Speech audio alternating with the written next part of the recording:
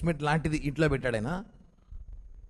మాట్లాడుతూ మా deputy CM Pawan Kalyan గారి మీద అవగాహన లేకుండా మాట్లాడారో, లేదా అవకాశం దొరికిందని మాట్లాడారో, లేదా అవసరమని మాట్లాడారో తెలియదు, కానీ ఏదో మాట్లాడాడు.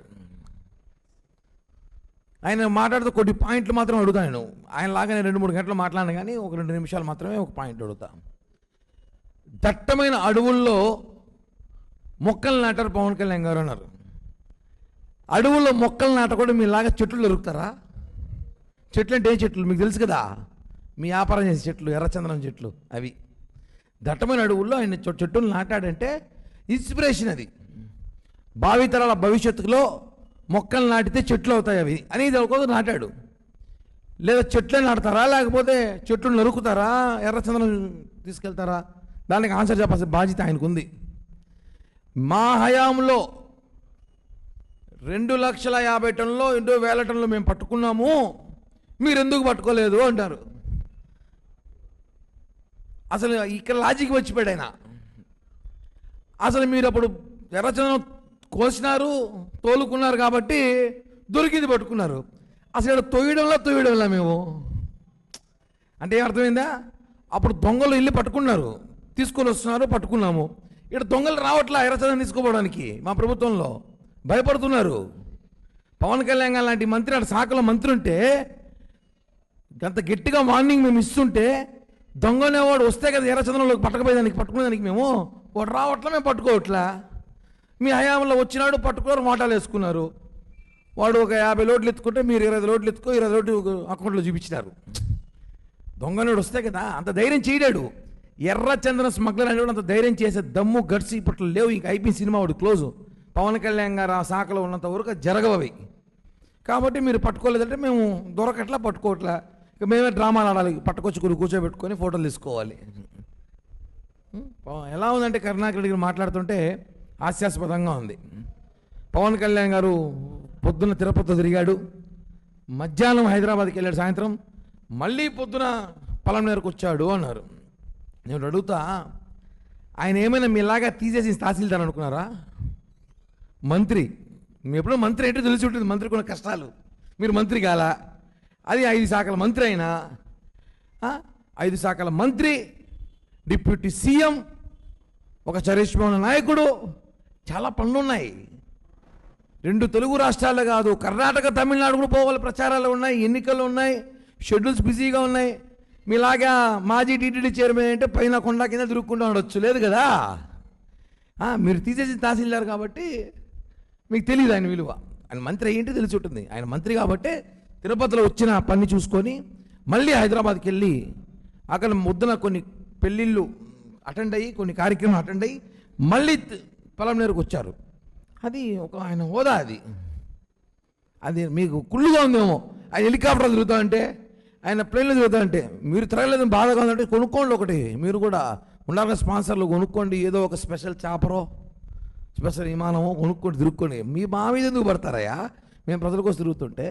ముందు మీ కథ చూడండి, నీ కథ బయటపడింది అంటే విషయం మొత్తం నేషనల్ మీడియా వాయించేస్తూ ఉంది. నేషనల్ మీడియా మొత్తం గల్లీ నుంచి ఢిల్లీ దాకా నెయ్యిలో 250 కోట్లు స్కామ్ జరిగిందని చెప్పారు.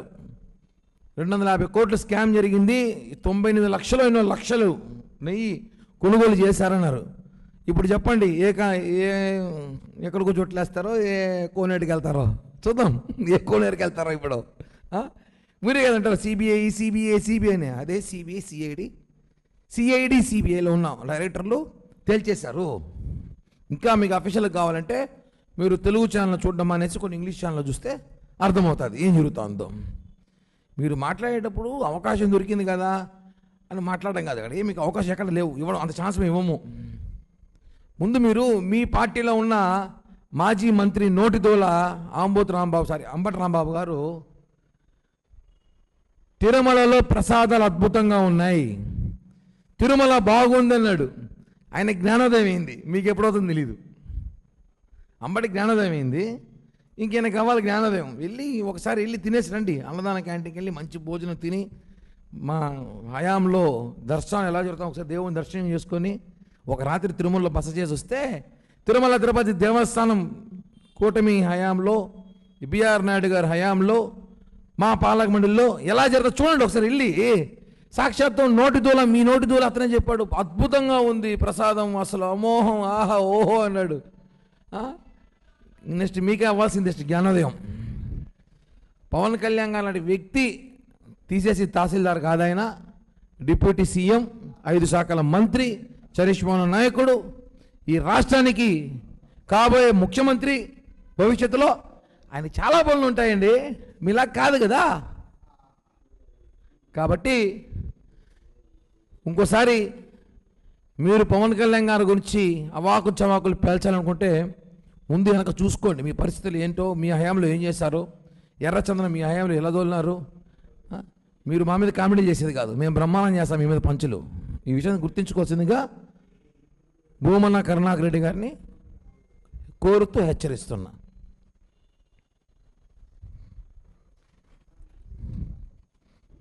ధర్మారెడ్డి గారిని కూడా ఏదో విచారానికి సిట్టు పిలిచిందనేసి నెయ్యి విషయంలో ఏదో పిలిచినట్టున్నారు.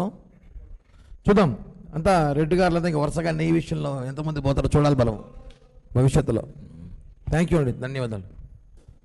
హిట్ టీవీ యాప్, ఇందులో short news, live news, entertainment shows, movies, digital magazines తో పాటు మీ జిల్లా వార్తలను కూడా ఫ్రీగా చూడొచ్చు.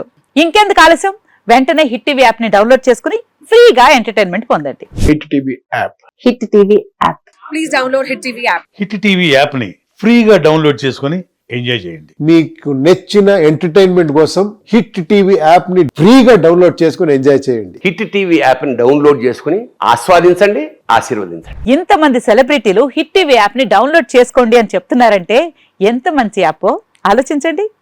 అమెరికా అమెరికా అమెరికా అమెరికాలో చదవాలనుకునే వాళ్ళకి విశ్వసనీయమైన పేరు మన శౌర్య కన్సల్టెన్సీ.